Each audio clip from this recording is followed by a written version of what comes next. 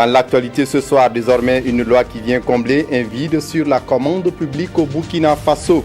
La nouvelle loi vise à mettre en place un système solide à même d'améliorer la gestion et la transparence dans les dépenses publiques au Burkina.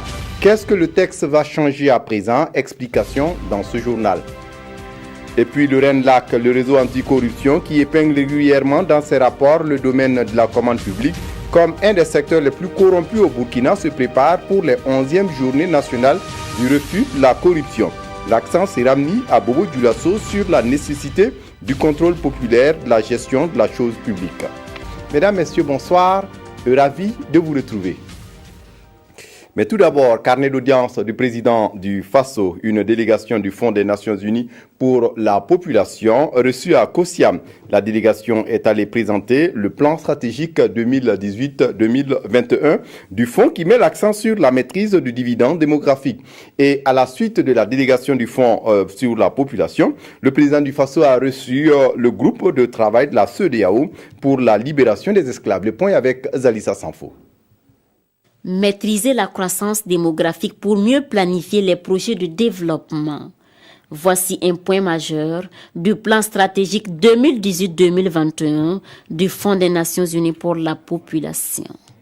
Chez le président du FASO, la délégation est là pour exposer les ambitions du plan et recueillir des contributions. Nous avons également profité pour dire combien nous avons apprécié donc son appui, son soutien en ce qui concerne la question du dividende démographique, notamment à l'occasion de la 111e session de l'Assemblée générale des Nations unies.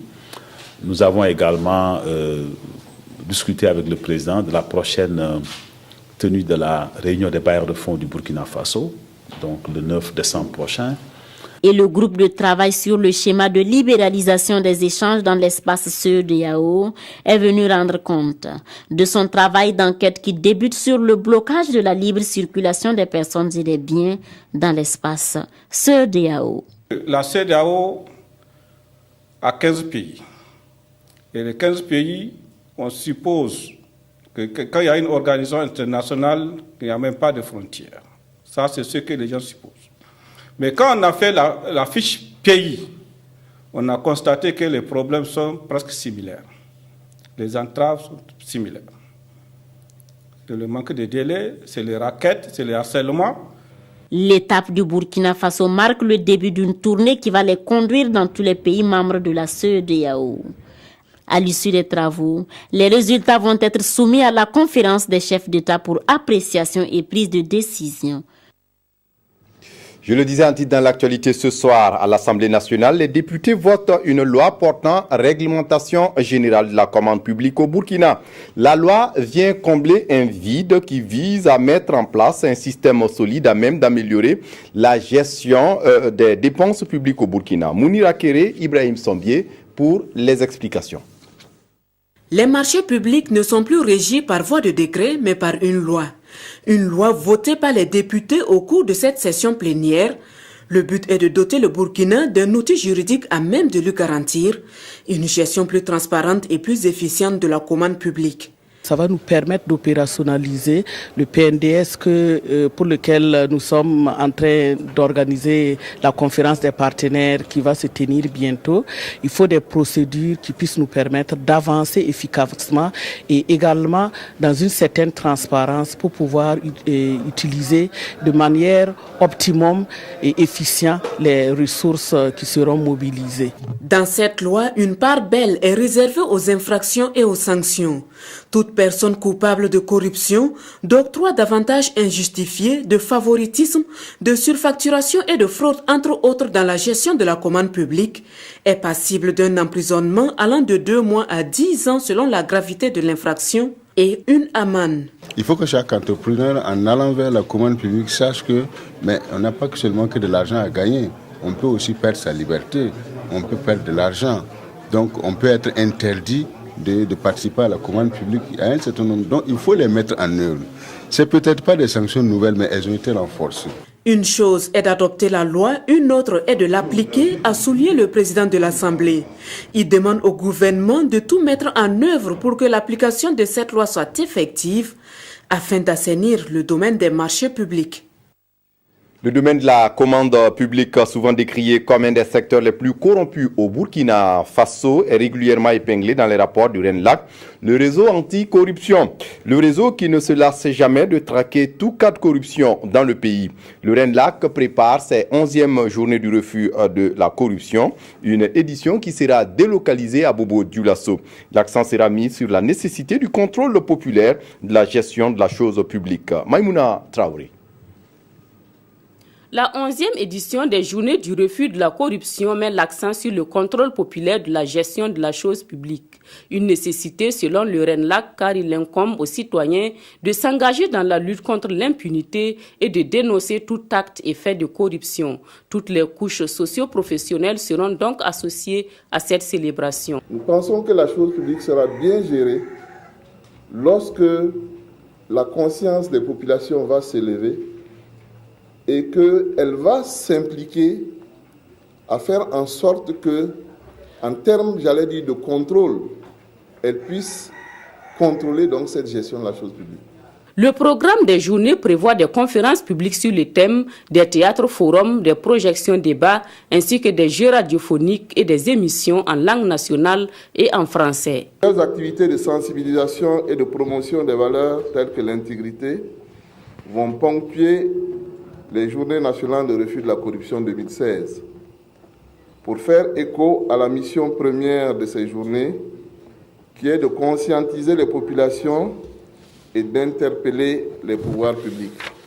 Ces Journées nationales de refus de la corruption serviront également de lieu d'échange et de réflexion sur l'application de la loi anticorruption. Les 11e journées du refus de la corruption se tiennent dans un contexte marqué par l'affaire des tablettes remises aux députés, la publication des résultats de l'audit de la transition et les enquêtes parlementaires sur le foncier et le secteur des mines.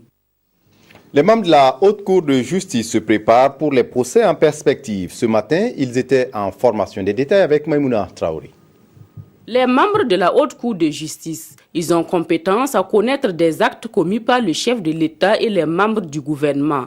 De nombreux dossiers seront bientôt sur leur table avec les procès tant attendus des membres du gouvernement déchus. Nous ne pouvons pas enjamber les cadavres de nos fils, de nos filles, pour parler de développement de ce pays, pour parler de cohésion sociale. Il faut faire la lumière sur ces actes-là. Ceux qui ont tiré sur nos fils et nos filles, ceux qui ont donné l'ordre de tirer sur eux, doivent répondre devant l'histoire. Les Burkinabés ont donc le regard tourné vers eux, ils en sont conscients et se préparent. Nous avons eu l'occasion de dire, à l'occasion de notre installation le 4 mars, que nous devons dire le droit dans toute sa rigueur. Dans toute sa rigueur, sans pression, ni économique, ni financière, ni de quelque nature que ce soit. Être stoïque et puis dire le droit au nom du peuple, pour la paix sociale, pour la cohésion sociale. Cette formation porte sur le rôle des 3 organes de la Haute Cour de justice, la Chambre de jugement, le parquet et la commission d'instruction. Un réseau de malfrats qui s'adonnait à des pratiques d'arnaque et de falsification vient d'être démantelé par la gendarmerie nationale. L'astuce utilisée par ces escrocs consistait à se passer pour des douaniers en permission pour abuser de leurs victimes en les proposant des marchandises à moindre coût.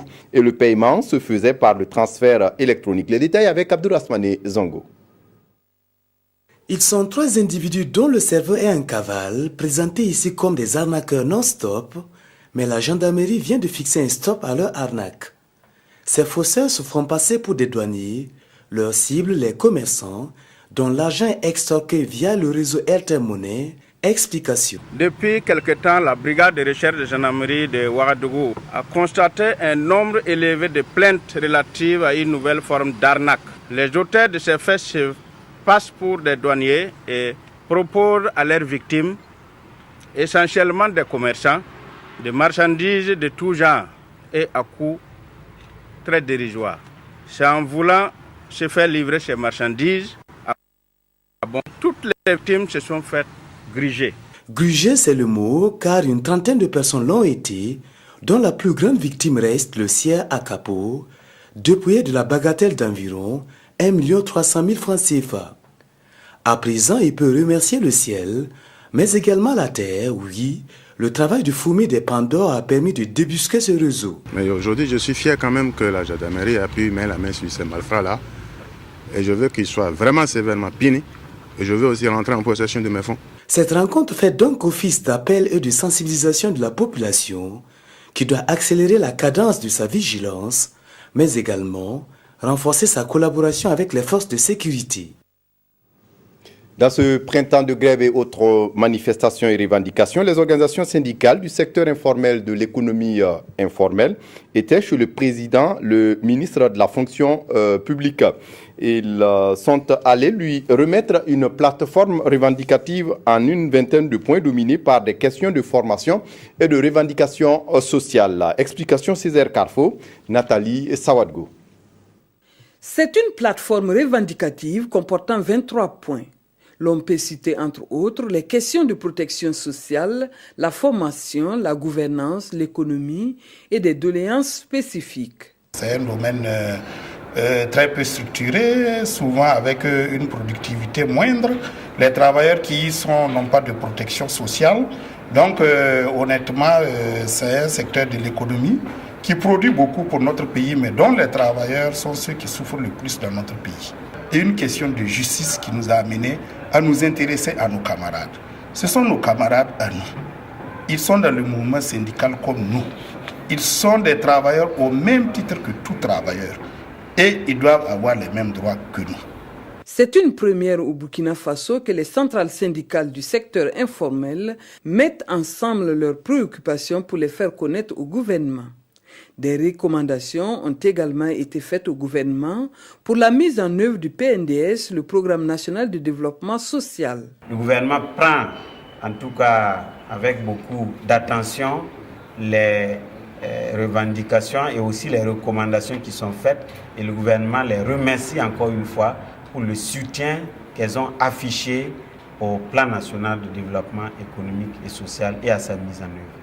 Pour le ministre, les revendications des centrales syndicales du secteur informel font partie intégrante du programme politique du président Roch-Marc Christian Kaboré. L'assurance qualité dans l'enseignement supérieur examinée à Ouagadougou, des experts du CAMES sont réunis depuis ce matin dans la capitale burkinabé pour regarder de près cette démarche qui prend en compte les questions de retard dans les programmes de normalisation des années universitaires et la pertinence des programmes. Yolande Lompo. L'éducation est l'arme la plus puissante pour changer le monde. C'est fort de cette assertion de Nelson Mandela que les sommités du monde de l'enseignement supérieur ainsi que les points focaux des 15 pays membres de l'espace CAMES réunis à Ouagadougou veulent faire de l'assurance qualité une réalité aussi bien au sein des ministères que des institutions d'enseignement supérieur. Pour qu'il y ait qualité, il faut que les universitaires, les enseignants, les dirigeants travaillent déjà à résorber les retards et à normaliser les années universitaires. Nous travaillons en même temps sur les programmes, sur leur pertinence. Il faut que celui qui sort de l'université soit employable. C'est toute cette problématique-là qu'on appelle l'assurance qualité. Cette rencontre internationale intervient après la signature le 8 mars dernier à Paris d'une convention entre le CAMES et l'UNESCO pour la réalisation d'actions concrètes en phase avec le programme Assurance Qualité du CAMES. Nous allons ensemble définir les règles et définir comment on peut dérouler ces règles pour que nous ayons les mêmes éléments de mesure et que nous puissions avancer ensemble de manière qualitative vers le haut. À l'occasion, des personnalités scientifiques, politiques ou administratives ayant œuvré au rayonnement de l'enseignement supérieur et de la recherche ont été élevés au rang d'officiers ou de chevaliers dans l'ordre international des palmes académiques du Conseil africain et malgache pour l'enseignement supérieur. De son côté, le ministère en charge de l'agriculture et de la sécurité alimentaire veut harmoniser le cadre d'intervention des contributions pour le soutien des couches les plus défavorisées de la population d'ici à l'horizon 2017. Ce matin, il a réuni ses différents partenaires pour une rencontre d'immersion. Explication, Zoubaviel Dabiré. Ces partenaires au développement réfléchissent sur les stratégies en vue de mieux soutenir les populations vulnérables en 2017. Il s'agira également d'identifier au cours de cet atelier les mécanismes pour résoudre les crises alimentaires au Burkina Faso. C'est un outil en fait qui renferme toutes les interventions ainsi que toutes les actions que nous devons mener bien sûr dans le but de prévenir et de répondre en cas de crise alimentaire et nutritionnelle au Burkina Faso. L'initiative est soutenue par le projet régional d'appui au pastoralisme au Sahel.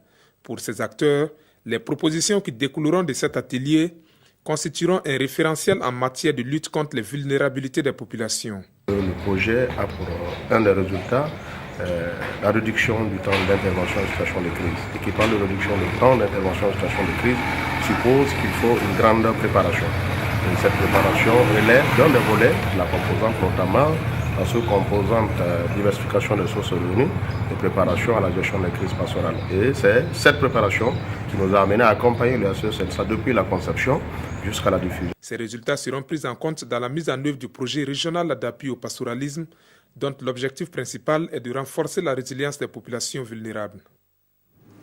Et pour le soutien de ces populations vulnérables, les céréales sont utiles, surtout que si les obstacles liés à sa commercialisation sont résolus. Une rencontre se tient en ce moment à Ouagadougou pour proposer des solutions à la fluidité du commerce de céréales en Afrique de l'Ouest.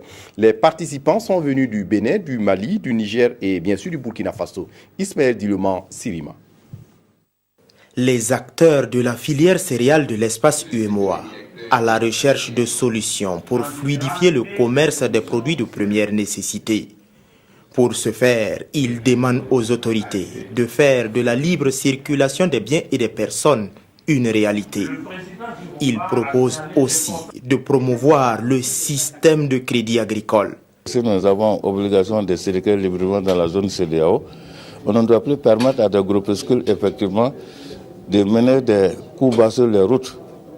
Donc autant comment nous aussi nous pouvons, avec tout ce que nous avons comme cela, nous ne pouvons pas toujours rester à l'état primaire, produire la matière première et ne pas aller à la transformation. Quelles sont les normes de transformation qu'il faut mettre en place? Quels sont les mécanismes et quels sont les outils et les équipements qu'il faut mettre en place pour permettre à notre agroalimentaire de se développer? Les organisateurs ont également invité la jeunesse à s'intéresser à l'agriculture. Il n'y a pas de raison que nous soyons pauvres et que chaque année, nous importons, nous achetons de l'étranger environ 3 000 milliards de CFA, que nous achetons le riz d'ailleurs. Et pourtant, nous pouvons produire ces céréales-là. Non seulement l'homme mange, mais vous avez besoin de sous-produits céréaliers pour produire les animaux. La conférence des acteurs de la filière céréale de l'espace UEMOA propose de construire des réserves régionales de stockage pour servir pendant les périodes de soudure. Toujours dans le monde rural, le Warantage, au cœur d'une rencontre dans la capitale burkinabé. Les acteurs impliqués dans ce système sont unanimes qu'il est bénéfique à tout point de vue, en dépit des difficultés souvent rencontrées. Le Warantage est un système de crédit rural qui consiste pour une organisation paysanne ou ses membres à obtenir un prêt ou en mettant en garantie un produit agricole non périssable susceptible d'augmenter de valeur. La rencontre de Ouagadougou va permettre de trouver des solutions à tous les problèmes liés à sa mise en œuvre. Zalissa Sanfo. Le Warantage. Passé ici au peigne fin à cette rencontre entre partenaires du monde agricole. C'est un système présenté ici comme la réponse aux problèmes de garantie auxquels font face les producteurs du Burkina Faso. Nous sommes présentement à la période des récoltes, c'est la période où tout le monde a besoin d'argent pour pouvoir faire les fêtes. S'acquitter des frais de scolarité, mais c'est la période qui permet aussi aux paysans de brader. Ainsi pour nous, le Warantage en tant que solution permet aux producteurs de nantir ces stocks et d'avoir de l'argent sans pour autant les brader et atteindre une période encore plus propice où les prix vont flamber et vendre et avoir un bénéfice. Une solution aux problèmes agricoles, certes. Mais si le système est au cœur de cette rencontre, c'est parce que les acteurs disent trouver des difficultés dans sa mise en œuvre.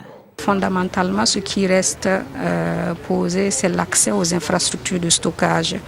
Parce que le warrantage, une des conditions de base, c'est que l'organisation paysanne doit disposer d'un magasin de stockage.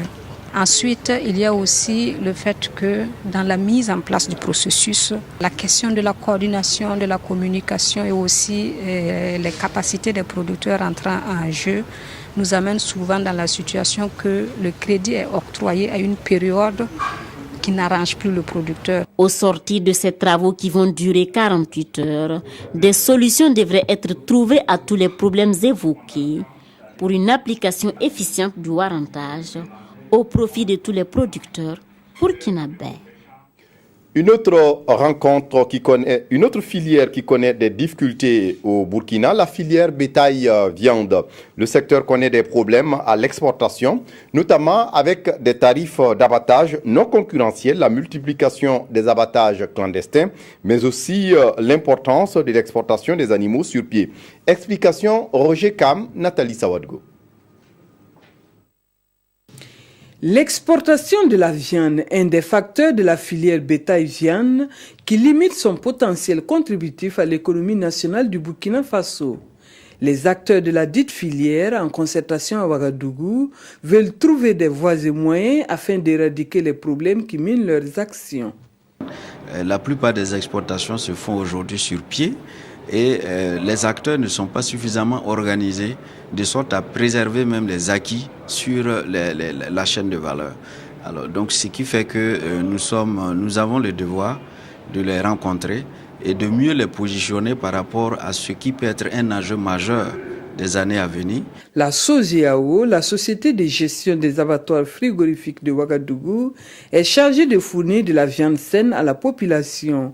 Aujourd'hui, elle aussi connaît des difficultés. Il y a le fait que les tarifs d'abattage sont du ressort pratiquement de l'État. La société n'a pas de marge de manœuvre. Et quand c'est comme ça, il est difficile pour une société de se maintenir en équilibre. Deuxièmement, il y a le fait que les acteurs eux-mêmes n'intègrent pas à 100% l'abattoir pour les questions d'abattage. Il y a toujours l'abattage clandestin qui occupe une part importante. L'exportation des animaux sur pied occupe une place importante dans l'économie burkinabé. Les propositions qui seront faites à l'issue de ces échanges devront permettre d'élaborer un document de plaidoyer pour le développement de la filière bétail-viande. On connaît désormais les membres du comité chargé de rédiger le rapport périodique sur la diversité culturelle au Burkina, un rapport en lien avec la convention de l'UNESCO. L'installation des membres est intervenue cette semaine en présence de Kadi Sanogo. Voici les membres du comité national d'élaboration du rapport périodique quadriennal du Burkina Faso sur la convention de 2005 de l'UNESCO. Ce comité, qui est composé de 20 membres issus des administrations publiques, des organisations de la société civile culturelle, de l'univers de la recherche scientifique, est dirigé par Désiré Ouedraogo, une équipe pluridisciplinaire qui a pour mission d'élaborer le rapport pays du Burkina Faso. C'est un comité qui comprend des experts, des personnalités d'une grande expérience et le rapport qui nous sera fourni après au moins 4 mois de travaux intenses nous permettra d'évaluer la contribution du Burkina Faso dans la mise en œuvre de la Convention 2005. La mise en œuvre de la Convention sur la protection et la promotion de la diversité des expressions culturelles bénéficie du soutien de l'UNESCO. L'UNESCO accompagne le Burkina Faso dans l'élaboration de ce deuxième rapport périodique dans le cadre donc du projet Renforcer les libertés fondamentales pour la promotion de la diversité des expressions culturelles financé par la coopération suédoise. Ce deuxième rapport périodique permettra à notre pays d'honorer les engagements vis-à-vis de la Convention de 2005 et de mener des réflexions profondes sur les politiques publiques en vue d'une contribution forte à l'amélioration des conditions de vie des populations.